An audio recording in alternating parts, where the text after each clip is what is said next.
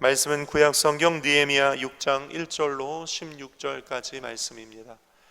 산발랏과 도비야와 아라비아 사람 게삼과 그 나머지 우리의 원수들이 내가 성벽을 건축하여 허물어진 틈을 남기지 아니하였다 함을 들었는데 그때는 내가 아직 성문에 문짝을 달지 못한 때였더라.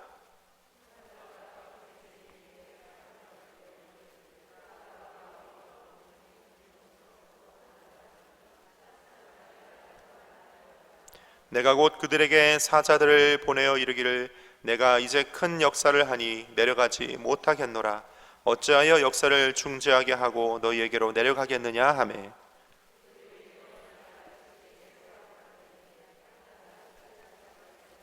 산발랏이 다섯 번째는 그 종자의 손에 봉하지 않은 편지를 들려 내게 보냈는데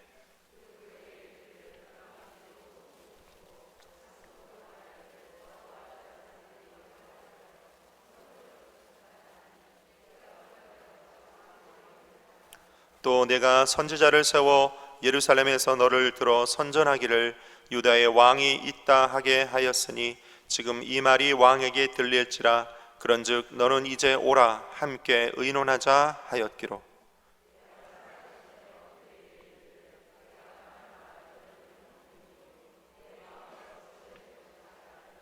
이는 그들이 다 우리를 두렵게 하고자 하여 말하기를 그들의 손이 피곤하여 역사를 중지하고 이루지 못하리라 함이라.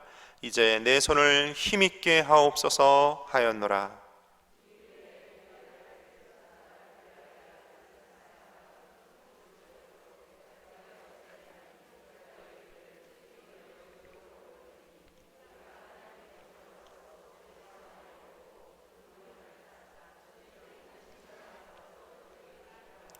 내가 이르기를 나 같은 자가 어찌 도망하며 나 같은 몸이면 누가 외소에 들어가서 생명을 보존하겠느냐. 나는 들어가지 않겠노라 하고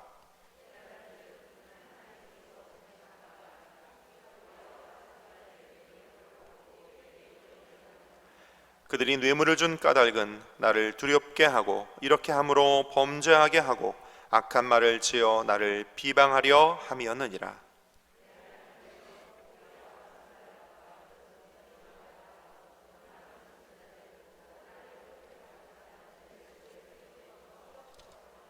성벽 역사가 52일 만인 엘룰월 25일에 끝나매 우리의 모든 대적과 주위에 있는 이방 족속들이 이를 듣고 다 두려워하여 크게 낙담하였으니 그들이 우리 하나님께서 이 역사를 이루신 것을 알미니라. 아멘. 나를 두렵게 하고자 한 자들의 소행을 기억하옵소서. 이런 제목으로 우리 함께 교독하신 느헤미야 6장 1절로 16절 말씀을 함께 나누겠습니다. 오늘 느헤미야 6장은요, 느헤미야가, 여러분 느헤미야 그러면 떠오르는 게 있죠? 뭐가 있나요? 두 가지가 있어야 될 줄 압니다. 오늘부터 우리 중보기도회에 우리 교육자님들이 우리 맨 앞에 함께 참석하고 계시는데 느헤미야 그러면 두 가지가 떠올라야 돼요. 첫째는 성벽을 재건하는 것입니다. 둘째는 그 재건한 성벽에서 율법을 다시 낭독하여 유다 사람들에게 하나님의 말씀을 회복시키기 시작한 역사를 우리 느헤미야 그러면 이 두 가지가 떠올라야 됩니다. 느헤미야가 페르시아 바사 나라에 포로로 잡혀가서 왕궁에서 술관원, 그러니까 술을 맡은 신하로 일을 하다가 그가 예루살렘 성벽이 다 무너지고 성전은 다 불탔다 하는 소문을 듣고 마음에 큰 근심을 가지니까 왕에게 술을 따르다가도 그 얼굴에 그 빛이 역력히 보인 겁니다. 아닥사스다 왕이 네 얼굴이 이상하다. 무슨 일이냐? 왕이여, 내 고향에 예루살렘 성벽이 무너지고 그 성이 불탔습니다. 왕이여, 내가 지금까지 왕에게 충성한 것을 기억하시고 나로 하여금 가서 예루살렘 성을 다시 재건하게 하옵소서. 그리고 그 재건에 필요한 물질과 기술자들을 붙여주십시오. 그 하나님께서 주신 용기와 믿음과 담대함으로 그렇게 요청했더니 성령의 역사가 바사왕 아닥사스다의 마음을 감화 감동시켜서 보냅니다. 물질도 기술자들도 딸려서 보냅니다. 그래서 날을 정하고 느헤미야가 예루살렘으로 와서 성벽을 재건합니다.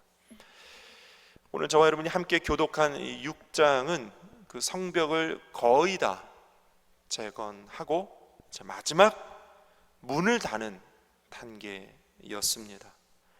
그런데 여러분 생각해 보십시오. 하나님께서 느헤미야를 시켜 예루살렘 성전을, 예루살렘 성벽을 다시 재건하는 그 일에 왜 방해가 없었겠습니까? 왜 악한 자들의, 악한 영들의 회방이 없었겠습니까? 성경에 보니까 암몬 사람 도비와 또 산발랏 이런 사람들의 회방이 있었습니다. 악한 일들이 있었고 악한 사건들이 있었습니다. 악한 괴계가 있었습니다.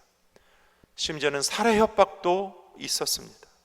그러나 결국 느헤미야는 이겨냅니다. 한번 따라할까요? 결국 느헤미야는 이겨냅니다. 한번 따라할까요? 결국 우리는, 하나님은 이길 것입니다. 할렐루야. 믿으십니까? 오늘 본문의 6장 말씀을 통해서 성벽 재건이 거의 막바지에 달한 이 상황에서 그 마지막 때에도 여전히 느헤미야를 공격하는 세 가지 사건들이 있는데, 이 사건들을 통해서 저와 여러분들이 나 자신과 악한 영과 세상을 향하여 이기고 승리하는 지혜를 얻게 되시기를 예수님의 이름으로 축원을 드립니다. 제가 가지고 있는 은혜로운 주의 성경 느헤미야 6장을 펴면요, 6장 맨 앞에 느헤미야에 대한 음모 이렇게 소제목이 붙어 있어요. 여러분 성경에도 있나요? 네, 느헤미야에 대한 음모 이런 소제목이 있어요. 아하, 느헤미야 6장은 느헤미야에 대한 음모 사건이 있던 장이구나, 이렇게 알 수 있습니다. 세 가지 음모가 있었습니다. 함께 살펴보겠습니다. 첫째는요, 살해 음모였습니다. 무슨 음모요? 살해 음모. 6장 2절부터 4절을 제가 읽어드리겠습니다. 성경 보시기 바랍니다. 산발락과 게셈이 내게 사람을 보내어 이르기를, 오라, 우리가 오노 평지 한 촌에서 서로 만나자 하니 실상은 나를 해하고자 함이었더라. 내가 곧 그들에게 사자들을 보내어 이르기를, 내가 이제 큰 역사를 하니 내려가지 못하겠노라. 어찌하여 역사를 중지하게 하고 너희에게로 내려가겠느냐 하매, 그들이 4번이나 이같이 내게 사람을 보내되 나는 꼭 같이 대답하였다. 이렇게 기록하고 있어요. 저를 보십시오. 여러분, 제가 바다낚시를 좋아하거든요. 어떤 날은요, 꼭 그런 날이 다 있는 건 아닌데 어떤 날은 파도가 좀 심한 날이 있어요. 파도가 심한 날 새벽부터 오후까지 하루 종일 이렇게 배를 타고, 파도가 심한 날은 멀미하시는 분들도 많죠. 근데 이제 저는 이제 멀미약을 항상 먹기 때문에 멀미를 잘 견딥니다. 그리고 막 견디고 난 뒤에 오후에 항구에 도착해서 배에서 딱 내려요. 배에서 딱 내리면 육지에 발을 디뎠는데도 일명 땅멀미라고 땅이 막 흔들리는 것 같은 느낌이 듭니다.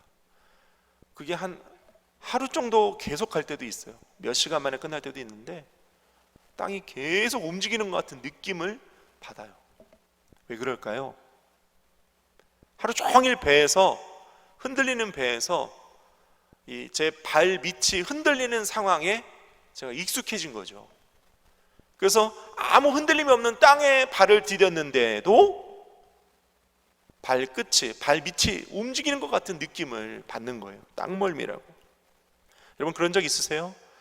휴대폰을 이렇게 몸에 지니고 있는데요, 진동을 해놓으신 분들, 하루 종일 이렇게 휴대폰이 진동으로 이렇게 피부에 느껴지면 이렇게 전화를 받잖아요. 문자를 보잖아요. 저녁에 집에 들어가서 휴대폰을 뭐 책상 위나 선반 위나 올려놨습니다. 내 몸에서 휴대폰을 이제 띄어놨어요. 근데 어느 순간 갑자기 제 주머니가 있는 이 다리 짝에 윙 휴대폰 진동이 오는 것 같은 느낌을 받는 거예요. 전화가 왔나 보면 휴대폰은 없어요. 근데 윙 울리는 것 같아요. 그런 느낌 여러분 혹시 없으셨어요? 저희 처제가 있는데, 처제가 한때 잠시 동안 우리나라의 유명 브랜드 빙수집을 운영했어요. 근데 처제가 나중에 이런 말을 해요. 업장의 문을 닫고 집에 돌아가서 씻고 누웠는데 갑자기 어디선가 디리리리릭, 이게 무슨 소리냐면요, 앞에서 주문을 받으면 뒤에 그 조리하는 거기에 이렇게 단말기가 있어요. 근데 거기에 이제 주문이 들어가면 그 주문서가 띠리리릭 하면서 나온답니다. 근데 하루 종일 그 띠리리릭 하는 소리를 듣는 거죠. 아침부터 저녁까지. 주문서에 나오면 그 주문서에 의해서 이제 만드니까 하루 종일 그 띠리리릭 띠리리릭 한 소리를 듣다가 저녁에 집에 갔는데도 띠리리릭 한 소리가 어디서 들린다는 거예요. 어디서. 이게 무슨 말이냐면요, 우리가 반복적으로 무언가에 자꾸 자극을 받으면 그 자극이 없어지고 난 뒤에도 그 자극이 들리는 것처럼, 느껴지는 것처럼 환청이나 환촉이 있을 수 있다는 것입니다. 느헤미야를 유혹하고 미혹하고 괴롭히고 방해하는 사람들이요, 이것을 이용했어요. 느헤미야에게 산발락과 게셈이라는 사람이 자꾸 4번이나 사람을 보내어서 오노평지라는 것, 이 오노평지라는 곳은요, 예루살렘에서 북쪽으로 32km나 떨어져 있는 먼 곳이래요. 먼 곳에서 그 사막 한가운데 느헤미야를 불러내는 거예요. 4번이나 자꾸 나와라 나와라 나와라 나와라 하는 거죠. 느헤미야는 알고 있었어요. 이게 좋은 의도로, 긍정적인 의미로 나오라는 것이 아니라는 것을 알고 있었어요. 분명히 나가면 나쁜 일이 벌어질 거고 심지어는 살해를 당할 수도 있다는 걸 알고 있었어요. 알고 있었는데도 산발락과 게셈이라는 사람들은요, 계속 종들을 보내어 또 나오라고 4번이나 계속 그렇게 하는 거예요. 왜 그래요? 자꾸 나오라고 하면 언젠가는 나오게 되는 것이 사람이거든요. 2021년도 이제 2022학년도 수능을 준비하고 있는 지금 고3이나 또는 재수로 수능을 준비하고 있는 학생들이 이제 6월달이 지나고 이제 7월달이 오늘부터 시작됐습니다. 수능을 보는 달이 이제 불과 손가락 안에 꼽는 몇 달 남지 않았어요. 근데 7, 8월 그러면 이게 휴가철이라, 그렇죠? 휴가철이라 남들 다 TV나 영화 같은 데 보면 산으로 강으로 들로 여행을 떠나고 휴가를 갑니다. 노는 시기죠, 노는 시기. 그런데 수능이 몇 달 남지 않은 이 중요한 때에 수능을 준비하는 학생들, 고3이나 재수생들은 이 마지막 피치를 올려야 되는데 자꾸 친구들이 얘기를 합니다. 나와라 이거요, 나와라. 야, 너만 공부하냐? 나와, 우리 얼굴 한번 봐야 되지 않아? 나와, 노래방 가자, PC방 가자, 맛있는 거 먹자, 술 한잔 하자. 자꾸 부르는 거예요. 자꾸 부르는 거예요. 자꾸 얘기하면요, 처음에는 이게 무시를 해도 자꾸 얘기하고 자꾸 반복해서 그게 쌓이고 쌓이면 언젠가 한 번은 나가게 돼 있는 거죠. 한 번은 나가게 돼 있는 거예요. 근데 나가서 친구들과 어울려 놀고 정신줄을 놓아버리고 술 한 잔을 걸치게 되면 그 다음 확 풀어지게 되는 거예요. 확 풀어지게 되는 거예요. 문제는 거기서부터 시작이 됩니다. 그렇게 자꾸 나오라고 한 친구들을 만나서 맛있는 거 먹고 노래방도 가고 맛있는 음식도 먹고 술도 한잔 하고 PC방에서 게임까지 하고 스트레스를 다 풀었는데 그 다음부터 다시 집중이 안 되는 거예요. 너무 재밌었거든요. 너무 좋았거든요. 탁 풀어지고 나니까 그 다음 집중하기가 매우 어려운 거예요.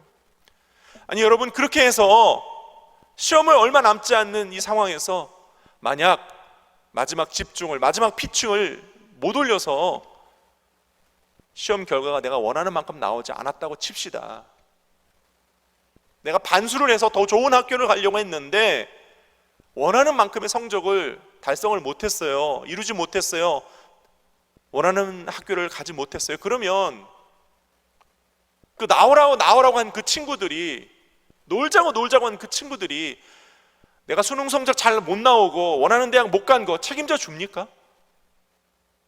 그들이 책임져 주나요? 아니요. 그들은 책임져 주지 않아요. 느헤미야가 자꾸 나오라 해서 그 먼 데까지, 그 평지에 가서 행여라도 그가 살해를 당하고 예루살렘 성벽 재건이 마무리되지 못한다면 그 나오라가 했던 산발랏, 게셈, 도비아라는 사람들이 성벽 재건의 마지막 책임을 져 줍니까? 아니요. 그들은 중지를 시키려고 하는 사람들이거든요. 절대 책임져 주지 않습니다. 여러분, 제가 방금 고3 수능생들 이야기했는데 우리 성도들도 마찬가지죠. 성도들도 마찬가지예요. 내가 사명을 맡았어요. 교회의 중요한 직분을 맡았어요. 또는 개인적으로 어떤 새로운 사업을 시작했어요. 새로운 사업을 시작하면 그 새로운 사업에 집중을 해야죠. 주께서 거룩한 직분과 사명을 맡겨주시면 그 거룩한 직분과 사명에 집중해야죠. 그런데요, 자꾸 집중은 하고 싶으나 친구들이 전화를 합니다. 한번 만나자고, 한번 술 한잔 같이 하자고, 꼭 뭐 주일날 교회만 가야 되냐고, 우리 골프장에서 한번 만나자고, 산에서 한번 만나자고, 낚싯배에서 한번 만나자고 자꾸 이야기합니다. 근데 한 번, 두 번, 세 번 얘기하면요 거절할 수 있어요. 근데 10번, 20번 얘기하면요 거절 못합니다. 또 이렇게 얘기합니다. 너만 사업하냐? 너만 사업해? 너만 교회 다니냐? 이렇게 이야기합니다. 그러면 자꾸 이야기할 때는 거절을 못하는 게 인지상정 아니에요? 그런데요, 그렇게 하다가 하나님의 거룩한 성령의 줄 놓치고 사명 제대로 감당하지 못하고 새로 시작한 사업 제대로 집중하지 못해서 사업도 망하고 사명도 제대로 감당하지 못했을 때 그 결과를 그들이 책임져 주나요? 아니요. 그들은 책임져 주지 않아요. 그들은 책임져 주지 않습니다. 그러나 세상과 마귀는 끝까지 우리가 반응할 때까지 계속 반복적으로 이야기를 합니다. 나오라고, 놀자고, 하자고. 이럴 때 느헤미야의 대답은 어땠습니까? 우리 4절 보니까요, 4절 제가 읽습니다. 그들이 4번이나 이같이 내게 사람을 보내되 나는 꼭 같이 대답하였다 그랬어요. 뭐라고 대답했나요? 3절에 보니까 내가 곧 그들에게 사자들을 보내 이르기를 내가 이제 큰 역사를 하니 내려가지 못하겠노라. 느헤미야는요 거절했어요. 반복적으로 4번이나 똑같이 나오라 했을 때 느헤미야도 반복적으로 똑같이 못 나간다 거절했어요. 왜요? 여러분, 하나님의 사람은요 기도해 보면 알 수 있거든요. 하나님의 사람은요, 기도하는 사람은요 알 수 있거든요. 직감이 있거든요. 영적인 느낌이 있거든요. 이게 위험한 일이라는 것, 하나님이 기뻐하지 않으시는 일이라는 것 우리는 알 수 있거든요. 그러므로 그런 하나님이 원하시지 않는 일, 아니다라고 싶은 일들은 여러분 거절할 수 있어야 할 줄로 믿습니다. 세상은 끊임없이 반복적으로 우리에게 미혹을 던져도 우리는 거절할 수 있어야 될 줄로 믿습니다. 여러분, 이 자리에 모신 저와 여러분들만큼만이라도 우리에게 이 코로나 코비드19 상황의 이 엄중한 상황에서 하나님께서 저와 여러분들에게 주신 귀한 사명이 있습니다. 막중한 사명이 있습니다. 누구에게도 주시지 못한 그 귀하고 막중한 사명을 오늘 이 자리에 모이신 저와 여러분들에게 주셨습니다. 그것을 집중하여 감당하시는 저와 여러분 되시기를 예수님의 이름으로 축원을 드립니다. 어떻게 집중합니까? 반응하지 말아야 됩니다. 한번 따라할까요? 반응하지 말아야 합니다. 반응하지 말아야 됩니다. 사단은 알고 있어요. 계속 반복적으로 이야기하면 넘어진다는 것을. 사단이 그렇게 해서 하와를 넘어뜨렸던 거 아닙니까? 사단은요, 오늘도 저와 여러분들에게 반복적으로 이야기합니다. 뭐 교회 가봐야 별거 있어? 모이라고 했는데 모여봐야 뭐 별거 있어? 가지마. 거기 가봐야 코로나만 걸려. 별거 있어? 네가 기도한다고 뭐가 있어? 가지마. 다 소용없는 짓이야. 사단은 반복적으로 얘기합니다. 그러나 저와 여러분들은 예수님의 이름으로 악한 마귀, 악한 영에 대하여 대적하고 승리하시기를 축원드립니다. 느헤미야는 어떻게 했습니까? 4번이나 거절합니다. 그리고 사명에 집중합니다. 오늘 저와 여러분이 그렇게 되시기를 예수님의 이름으로 축원합니다. 두 번째 느헤미야가 받았던 음모는요, 거짓 소문의 음모였습니다. 5절부터 9절까지 말씀을 제가 또 읽어드리겠습니다. 산발랏이 5번째는 그 종자의 손에 봉하지 않는 편지를 들려 내게 보냈는데 그 글에 이르기를 이방 중에도 소문이 있고 가스무도 말하기를 너와 유다 사람들이 모반하려 하여 성벽을 건축한다 하나니 내가 그 말과 같이 왕이 되려 하는도다. 또 내가 선지자를 세워 예루살렘에서 너를 들어 선전하기를 유다에 왕이 있다 하게 하였으니 지금 이 말이 왕에게 들릴지라. 그런즉 너는 이제 오라 함께 의논하자 하였기로 내가 사람을 보내어 그에게 이르기를 내가 말한 바 이런 일은 없는 일이요 내 마음에서 지어낸 것이라 하였나니 이는 그들이 다 우리를 두렵게 하고자 하여 말하기를 그들의 손이 피곤하여 역사를 중지하고 이루지 못하리라 함이라. 이제 내 손을 힘있게 하옵소서 하였노라. 산발랏이요 종을 시켜서 느헤미야에게 편지를 보냅니다. 6절에 보니까 그 편지의 내용에 소문이 있다. 무슨 소문이냐? 너와 유다 사람들이 모반을 일으키려 한다. 네가 왕이 되려 한다는 소문이 있다라고 편지에 쓰여 있는 그 편지를 느헤미야에게 보냅니다. 그런데요, 산발랏이 종을 시켜서 그 편지를 보낼 때요, 5절에 보면 봉하지 않는 편지로 들려보낸다 이렇게 써 있어요. 성경 보고 계시죠? 봉하지 않는 편지. 여러분, 편지를 어딘가에 보낼 때 편지를 봉하지 않는 경우가 있습니까? 저와 여러분들이 편지를 보낼 때 봉하지 않는 편지를 보내는 때가 있나요? 아니요, 편지는 다 봉해요. 그렇죠? 봉하지 않는 편지는 어떤 의도가 있는 걸까요? 봉하지 않는 편지는 그 봉하지 않는 편지를 전달하는 사람들이요, 전달하려고 가다가도 편지를 보게 되는 겁니다. 도대체 여기에 뭐라고 써 있지? 근데 그 편지의 내용에 뭐라고 써 있어요? 느헤미야가 유다 사람들을 모아서 성벽을 재건하면서 모반을 일으키려 한다, 역모를 꾀한다, 그리고 느헤미야가 왕이 되려고 한다라는 소문이 있다라는 내용이 그 편지에 있는 거예요. 이거는요, 그런 소문일 뿐이지 팩트 체크는 아무 되어지지 않은 그냥 단지 소문의 내용만 편지에 적혀 있고 그 내용을 봉하지 않는 편지로 보내고 있는 거죠. 여러분, 이게 어떤 의도가 있는 걸까요? 뜬 소문을 편지에 적어놓고 봉하지 않은 채 사람들의 손에 들려 느헤미야에게 보내고 있는 겁니다. 이거는요, 소문을 조작한 거예요. 소문을 만든 겁니다. 그리고 그 편지를 나르는 사람들로 하여금 읽게 만드는 겁니다.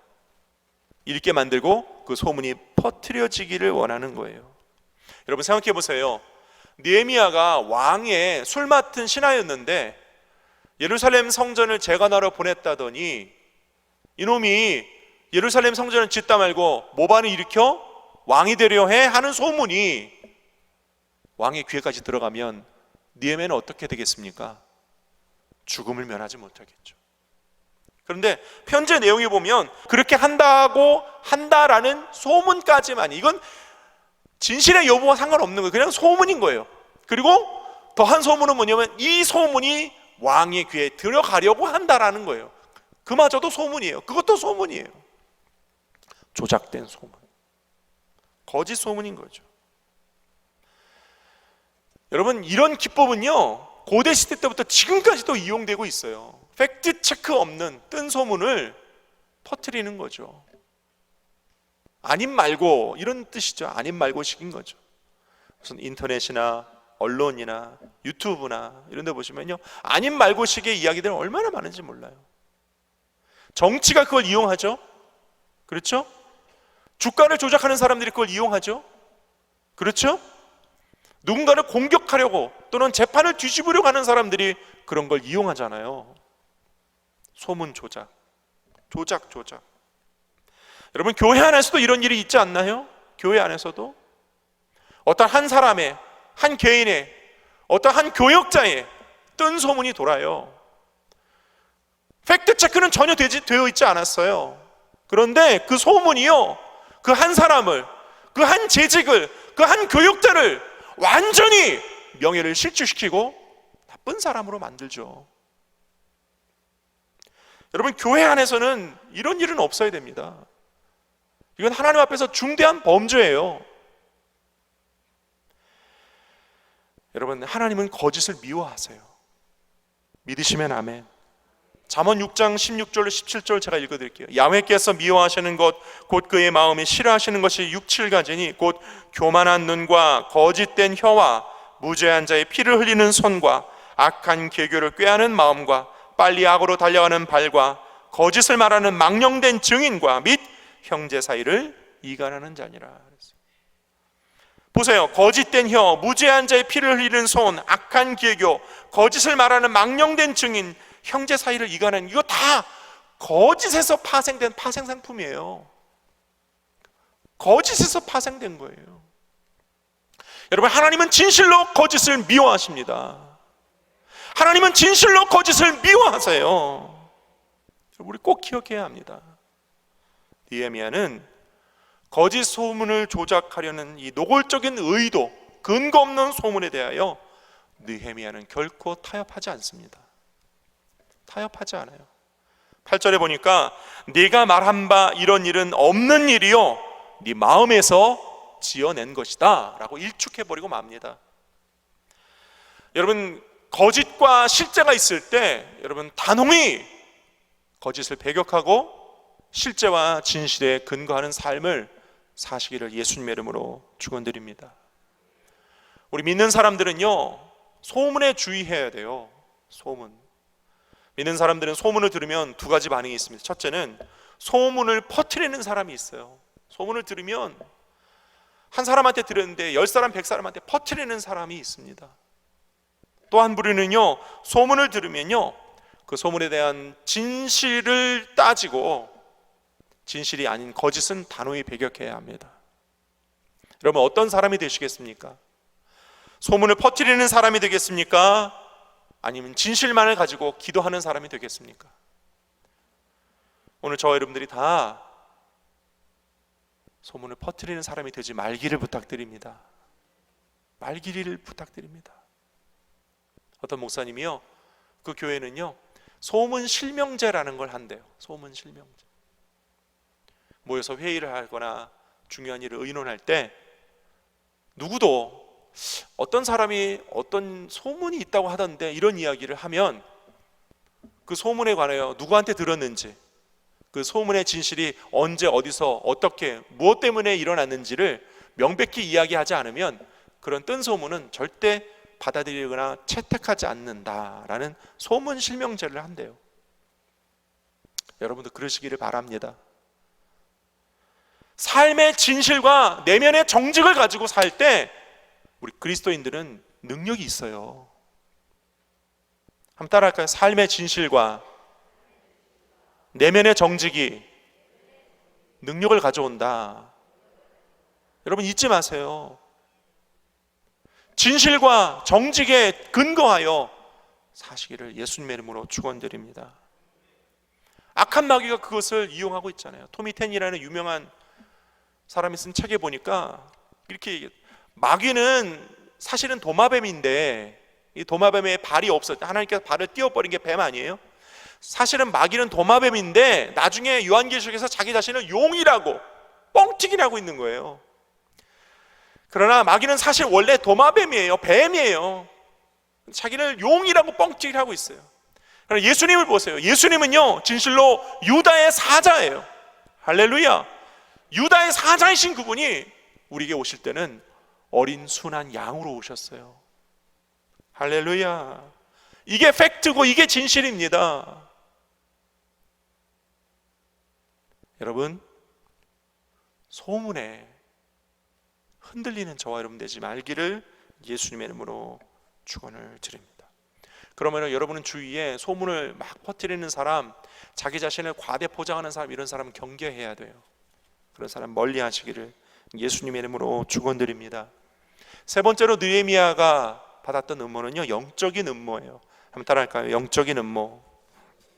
10절을 제가 읽어드리겠습니다. 이후에 무헤다벨의 손자 들라의 아들 스마야가 두문불출하기로 내가 그 집에 가니 그가 이르기를 그들이 너를 죽이러 올 터이니 우리가 하나님의 전으로 가서 외소 안에 머물고 그 문을 닫자. 저들이 반드시 밤에 와서 너를 죽이리라 하기로 했어요. 무헤다벨의 손자 들라의 아들 스마야라는 사람이 있어요. 근데 이 사람이 성전으로 가서 외소 안에 머문다라는 이 성구를 보면요, 아, 이 사람이 제사장이구나 알 수 있어요. 제사장이구나. 그런데 이 제사장이 느헤미야에게 이야기합니다. 우리가 외소 안에 머물자, 성전 안에 숨자, 이런 뜻이거든요. 여러분 저를 보세요. 성경에서 이스라엘 백성들이 도피를 하는 도피처가 두 군데가 있어요. 하나는 도피성입니다. 또 하나는 성전이에요. 살인죄를 지었을지라도 도피성이나 성전 안에 들어가면 목숨을 유지할 수 있어요. 도피하는 곳입니다. 그런데 스마야가 느헤미야에게 도피하자고 그래요. 도피하자고 그래요. 왜 도피하자고 그래요? 사실은 이 스마야가 산발락과 게셈의 뇌물을 받았습니다. 제사장이 거짓 증언을 하는 것이죠. 야, 빨리 도피해야 돼. 지금 빨리 숨어야 돼. 너에게 지금 큰 일이 일어날 수 있어. 빨리 성전으로 우리가 숨자. 이렇게 얘기하는 거예요. 제사장이. 여러분 생각해 보세요. 제사장이 그런 이야기를 하면, 주의 종이 그런 이야기를 하면 이게 쉽게 넘길 수 있는 이야기입니까? 아니죠. 그렇죠. 여러분 성도의 입장에서 주의 종이 빨리 숨자 이런 식으로 얘기를 하면, 긴급한 이야기를 하면 여러분 쉽게 넘길 수 있는 일인가요? 아니요. 쉽게 넘길 수 없는 일이에요. 무언가 중대한 사건이 벌어졌구나, 나에게 큰일이 일어났구나, 먼저 두려움이 오게 될 수밖에 없는 상황입니다. 아마 느헤미야는 그날 스마야의 이야기를 듣고 잠이 안 왔을 겁니다. 가슴이 쿵쾅쿵쾅 뛰었을 거예요. 마귀는 그걸 이용한 겁니다. 제사장을 통하여 영적인 공격을 한 것이죠. 영적인 공격입니다. 그런데 나중에 느헤미야가 알았어요. 이 스마야라는 제사장이 바사의 뇌물을 받고 나에게 이렇게 공격하는 것이구나. 13절, 그들이 뇌물을 준 까닭은 나를 두렵게 하고 이렇게 함으로 범죄하게 하고 악한 말을 지어 나를 비방하게 함이라는 사실을 알았어요. 아, 이게 두려움의 공격, 영적인 공격이구나라는 것을 알았다는 것이죠. 저를 보세요. 여러분 사단이 왜 우리를 두려움으로 공격할까요? 여러분 두려움은요 사실 믿음과 비슷한 겁니다. 믿음과 두려움은요 사실 거의 비슷해요. 믿음은 긍정적인 거고요, 부정적인 믿음이 두려움입니다. 뭐라고요? 부정적인 믿음이 두려움이라고요. 어두운 믿음이라고요. 부정적인 믿음이라고요. 두려움이 임하면요 사실은 다윗이 고백했던 것처럼 그 두려움 때문에 생겨나는 일들이 또 있어요. 그가 두려워했던 일들이 그대로 일어날 수도 있다고요. 그래서 마귀는요 오늘도 우리에게 두려움을 가져다 줍니다. 그 두려움으로 개인을 공격하고 교회를 공격하고 나라와 민족을 공격하는 것이 오늘 우리가 처한 이 상황이에요. 여러분 두려움에 속지 마시기를 예수님의 이름으로 축원을 드립니다. 여러분 믿음은요 현실을 꿰뚫게 만들고 보이지 않는 것들을 보게 만들어요. 그래서 우리로 하여금 일어나게 만들고 힘을 쓰게 만들고 사명을 감당하게 만들고 하나님의 역사를 이루게 합니다. 히브리서 11장 믿음은 바라는 것들의 실상이요 보이지 않는 것들의 증거가 되어서 우리로 하여금 일어나게 만들거든요. 근데 두려움은 우리를 의기소침하게 하고 넘어지게 하고 쓰러지게 하고 좌절하고 낙심하게 만듭니다. 여러분, 두려움에 속지 마시기를 예수님의 이름으로 축원을 드립니다. 두려움은 엄청난 파괴력이 있어요. 엄청난 파괴력이 있어요. 한 개인을 완전히 망하게 만들기도 합니다. 두려움과 공포가 임하면요 나라와 민족이 망하는 역사도 있어요. 여러분, 두려움을 예수 이름으로 대적하시기를 축원합니다. 요즘 여러분 인터넷 뉴스 보면 종종 일어나는 항공업계 사건 중에 하나가 이런 사건이 있어요.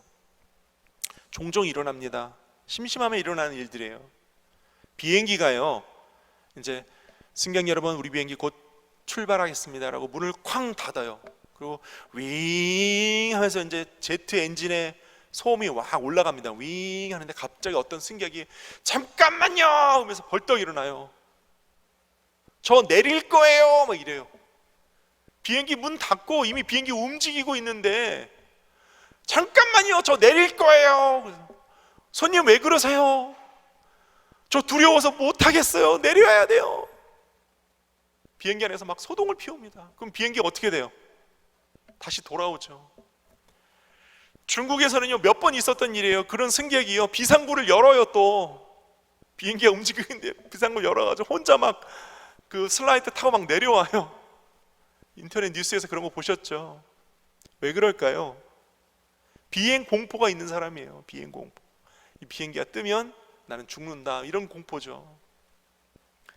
이게 지금 남 얘기 같은데요 사실은 나라와 민족에도 교회에도 개인에게도 이런 두려움의 공포는 있어요. 목숨이 오가는 일들이, 사업이 망하거나 성하거나 하는 일들이, 정치가, 경제가 잘 되거나 아니면 망하거나 하는 일들이 두려움을 타고 올 수도 있거든요. 그걸 이용하는 사람들이 있거든요.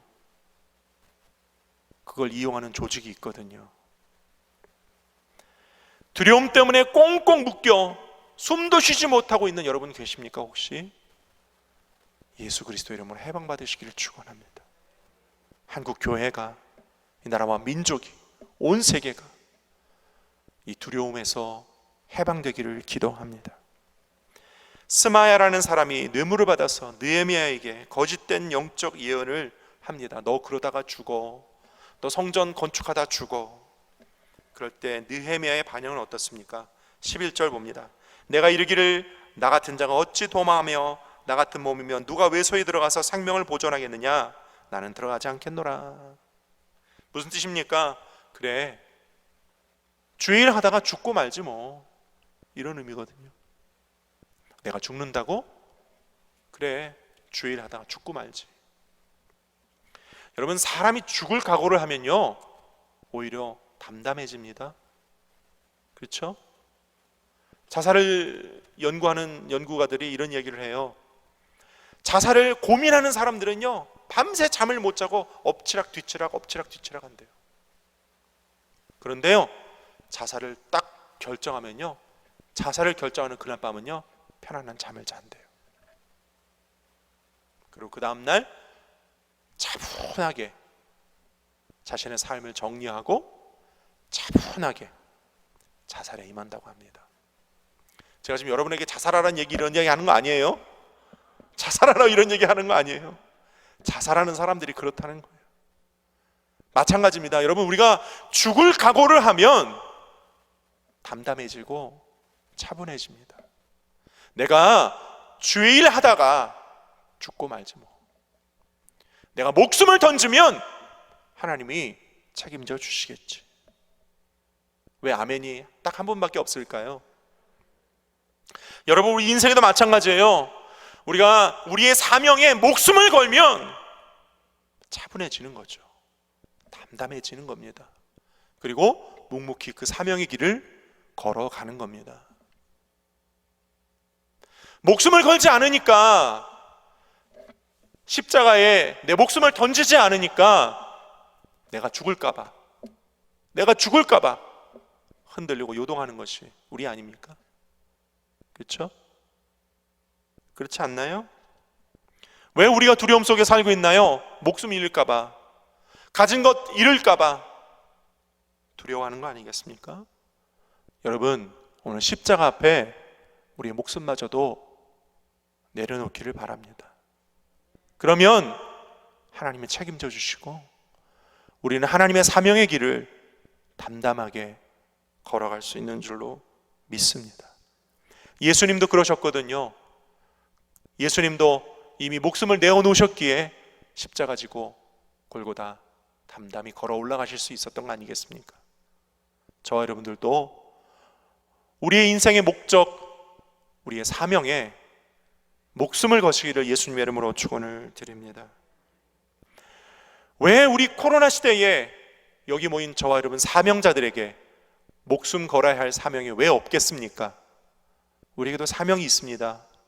문제는 네가 지금 목숨을 걸고 있느냐, 주님이 물으실 때 우리가 할 대답이 없다는 거죠. 말씀 맺기 원합니다.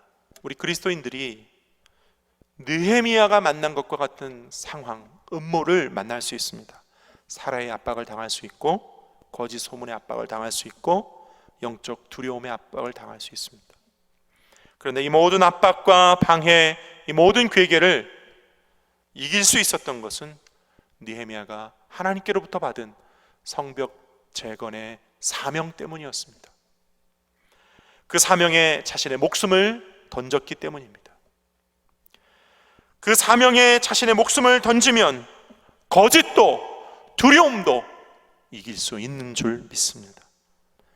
그래서 아무도 느헤미야를 막지 못하고 예루살렘 성벽은 재건되어지고 그곳에서 하나님의 말씀과 율법이 선포되었습니다. 오늘 최근 우리는 이 코비드 상황에서 두려워하고 숨어 있고 또 의기소침해 있고 사명을 망각하고 있는지 우리 자신을 돌아봐야 될 줄로 믿습니다. 내면의 진실과 정직에 근거하여 목숨을 걸고 사명의 길을 걸을 수 있기를 예수님의 이름으로 축원을 드립니다. 코비드19 상황, 세계적으로 정치와 경제의 수많은 변화 속에서도 하나님의 말씀, 이 진리와 진실에 근거한 내면의 힘으로 승리하는 저와 여러분 되시기를 예수님의 이름으로 축원을 드립니다. 그러면 하나님은 살아계셔서 나라와 민족과 교회와 우리와 우리 가정에, 우리의 사업장에도 하나님의 통치, 하나님의 임재, 하나님의 주관과 하나님의 역사가 오늘 여전히 일어날 줄로 믿습니다. 악한 괴계와 두려움과 거짓은 물러나고 진실과 진리의 말씀이 우리를 사로잡고 교회를 든든히 하고 나라와 민족의 사명을 깨닫게 하여서 이 마지막 때에 땅끝까지 이 땅과 이 민족이 해야 할 사명을 감당케 하여 주실 줄로 믿습니다. 결국 느헤미야는 140년간 황폐했던 예루살렘을 단 52일 만에 재건하는 데 성공합니다. 오늘 저와 여러분들도 이 코로나 상황에서 황폐하였던 이 땅과 이 민족과 한국교회를 다시 재건하는 데 성공하는 우리 순복음 강남교회 저와 여러분 모두 다 되시기를 예수님의 이름으로 축원드립니다. 하나님은 마침내 승리하십니다. 우리도 마침내 승리할 줄로 믿습니다. 기도하겠습니다. 아버지